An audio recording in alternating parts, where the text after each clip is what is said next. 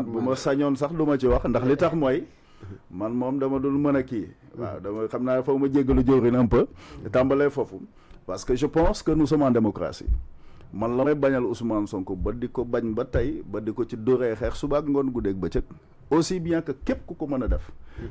am na ñu fi bindoon lettre ba ñu bindoon tey contexte actuel ku ko bindoon jëmale ko président la lay dal da lay dal donc je pense que en tant que acteur politique bu ñu demee ba am responsabilité wax maanaam ci pénc mi dafay baax ni mu gën a yelle ni mu gën a rafete mais surtout mu nekk manifestation suñu intention qu'on ne soit pas tout simplement en tout cas comment dire encore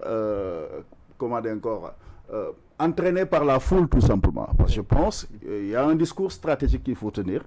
nit s'il s'agit de mon frère pour le citer Pape Malick boo nee ci organisation di wax aussi boo demee di waxee yaa war a wax bu mu la tax a wax loo xamul da ngay xam li ngay wax pourquoi parce que dans le jeu am na ñoo xam ne ànd ngeen ñu lay conseil mais ñu ci bëri bu ñu sañoon pax lañ lay gasal fi may defee entre parenthèse foofu rek bi ñu ñëwee Farba lañ doon waxal Sénégal lañ doon waxal man nit ku feebar ma tax jóg am na ñu ñëw taxaw ne ma way ñun dañuy politique ma ne ko man du ma politiquer nit ku bakkanam ñu naan dafa nekk ci xottu gerte du ma nekk ci nawuma ci yooyu ñaar am na leen lu ma fi gis ma ne leen am na ko ñu ma ko ci wax sax ma ne leen seen 6 bi ngeen fi newoon pendant 12 ans di 6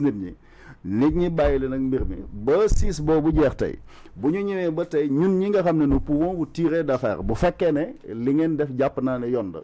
képp ñëpp ngeen waroon di mën a 6 ba mu des ñun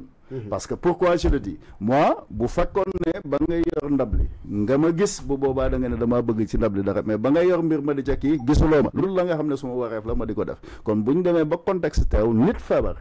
du APR du PDS du PASTEF du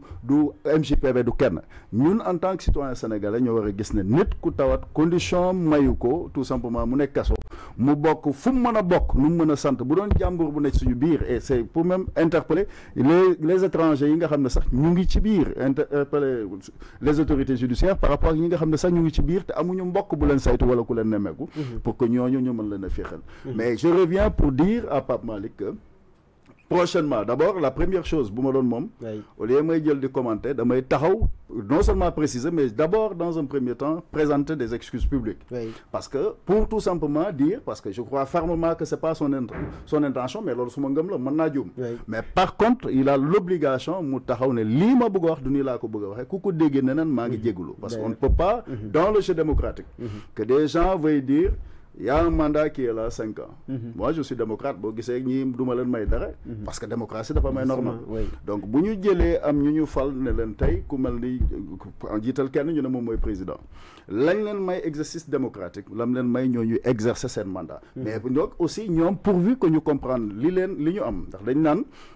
boo faloo fàtte la fal folleeku pourquoi parce que démocratie bu la falee ba jox lay privilège jox lay oto nga mën di dogalal nit ñi di dem di ñëw war a intervenir ci liberté wu nit ñi mën a intervenir ci péeru jàngu nit ñi ak yeneen dafay baax na nga nangoo yow ne démocratie moo la fal tey ba nga ne président nga wala démocratie moo la fal tey ba nit mën laa joxoñ ci biir mbooloo mi ba ñu mën laa sax bu doon premier ministre comme Ousmane Sonko ñu natal la caisse noire xam nga teguñu ko fenn mais c'est toujours le jeu démocratique mais toujours nag ñoom seen bopp ku nu mën a fal muy man muy sama morom na nga bàyyi xel ne dañ la jiital ci liñ la jiital nag légitimement parlant le peuple moom pouvoir am moom pouvoir bi sauf que nous sommes pour ce qu'on appelle l'ordre constitutionnel au sens propre du terme buñ la joxee dëkk doxal ko pendant 5 ans mais nag amoo garantie quand même par rapport aux différentes masses je parle au pluriel pourquoi parce que dafay bëri forme de revendication il y a d'abord tey bu ma la doon wax une résistance civile et citoyenne ça existe yaa ngi dégg boycott yeneen ak yeneen dina am comme tey Ousmane bu bañee na du géegu primature te jéemul dara changer ses ministres yaa nga xam ne amuñu niveau c'est DG ñuy def népotisme ak yu kenn xamul bu boobaa nous serons dans l'obligation quand même en tout cas à travers ce qu'on appelle la résistance civile et citoyenne ñu génnee ko mais loolu tekkiwul tout simplement ce que je dis précisément mooy bu ma doon Pape Malick dans un premier temps parce que j'étais là-bas mu ngi taxaw maa ngi taxaw bi ma déggee affaire bi du c'est man ni ma ko déggee daal la ma jàpp d'abord mooy moom la mu waroon a wax du bu ko bëggoon wax it du noonu lañ koy waxee ndax du ñëw dañ lay jox micro rek nga tëb di wax bay wax loo xam ne mën na la jural écart de langage mais par rapport à cela daal intention bi laay des ne la bu fekkee ne tey man bu ma daloon c'est pas aussi grave que ça mais bu ma daloon laa wax bu ma jàppee ne quelque part am na loo xam ne peut-être génn suma la mañ waru ca génn ku ko mën a wax muy man muy Ousmane Sonko muy Pape Malick muy ku mu mën a doon kenn amul droit dans le sens démocratique nga bëgg a yem rek ne nañu écourter un mandat surtout nag boobu ci bëggee dugal bu Macky Sall nañ ko ci kaccat Macky Sall la ma bëgg mooy yóbbul ma ko secrétaire général des Nations Unies ku am sa problème bëgg a jongante jeg gars yi demal et le courage politique de t'assumer que ce soit Pape Malick muy man muy yow muy keneen ku mu mën a doon mais quand même qu'on soit responsable dans le discours parce que li fi mënta ne tey boo bëggoon a ñëw nga ne way pour régime bi yem fii ñu jëli Macky Sall dayoom ëpp na loolu transition ku ko bëgg a jaral ko sa bopp loolu du fi am yi ñu fal la ñu fal à terme incha allah rabbi ñun ñëpp ñan lañ ko fekkee te tal ko mais surtout que mu am évolution ci dundu sénégalais yi parce que ñun xëccoowuñu njëkkantewuñu li ma gëm mooy xalaat yi mën a wute waaye yéen ji benn la war a doon mooy ñun ñëpp ñu dafa réew kon kuy political rek mais surtout en termes de communication de masse quand même il y a des exigences yoo xam ne que man bu doon man rek mën naa kii nii mais en tant qu'enseignant formateur quand même en communication stratégique c'est absolument pas normal ngay def yenn excès yi surtout parlant de Pape Malick il n'a qu'à présenter des excuses publiques parce que j'ai la ferme conviction que du yéeneem mu en fait rompre ce qu'on appelle l'ordre constitutionnel et l'ordre démocratique. Merci beaucoup am na solo Aïcha Isaga par rapport ak loolu noonu korok bi nga ko déggee en tant que journaliste ban qualification nga qualifier ces propos là mais aussi lu soxal wàllum politique est-ce que itam waruñ di xoolaat wax ji comme ni ko Papa Latir waxee mais surtout bu fekkee ne juum nañ itam ñu assumer wax que ne bon bëggoon am na ñu transformer suñu déformer samay wax mais bëgguma woon waxee nii mais maa ngi jégalu. Je pense que faut je suis en totale phase avec Papa Latir. Pape Malick Ndour la war a def à défaut de vouloir porter plainte ou tout ça il devait d'abord repréciser ses propos pour faire comprendre aux gens que ni du lu ñu yaakaar la wax parce que nag lu mu wax li ku ko dëgg nag boo en tout vraiment essayer de vraiment nga bañ a far fenn mun nga comprendre ni quand même wax bu mu wax ni wax bu rëy la parce qu'il a parlé un gouvernement de transition te je parle sous le contrôle de ñoom ñaar ñëpp nekk ay nit yu yàgg ci wàllu politique quand on parle donc gouvernement de transition ma ne par exemple maa ngi woo ñëpp pour ñu dajaloo doon benn say pour vraiment génnee ñi fi ne ndax mënuñu xamuñu ñu am un gouvernement de transition ñu jëlaat Macky Sall pour mu ñëw continuer son mandat gouvernement de transition boobu noonu ci ban an ma lañ ko mën a defee en toute sincérité xam nga foofu noonu moom pour man Pape Malick Ndour moom la personne xam nga boo koy xool moom nga xool Pape Malick Ndour bi nga xam ñëpp xam nañ ni quand même c'est pas une personne violente ñëpp xam nañ ko ci jàmm ñëpp xam nañ c'est un républicain waaye nag ci républicain boobu noonu la defee njumte man laa jàpp ñu doon condamner les propos de Ousmane Sonko barki démb ak barkaati démb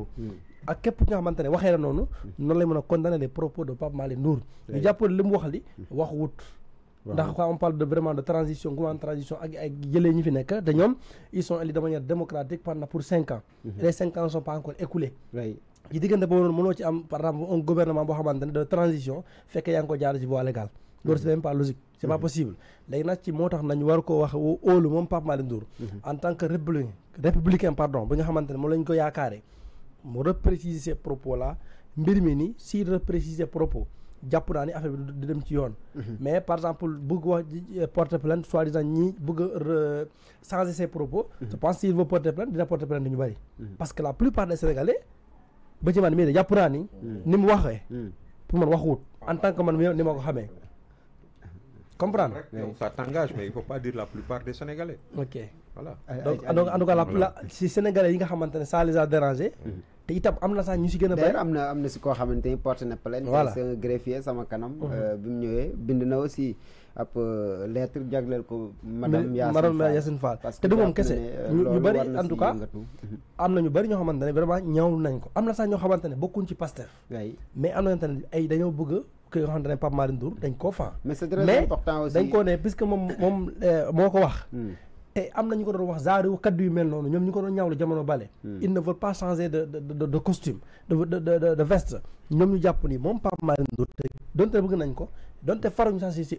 gouvernement bi mais na repréciser propos parce que jàpp nañ ni dans leur intime conviction Pape Malick Ndour ne voulait pas wax waxu ay coup d'état wala ay yu mel noonu moo tax ñu jàpp ni na repréciser comme ça képp nga xamante ne xelam ñaawoon na ci xelam mën a dalaat ndax nag suñu réew mi je pense pas qu'on doit continuer dans ce marathon politico-judiciaire jusqu'à la fin des temps alors qu'on a d'autres priorités.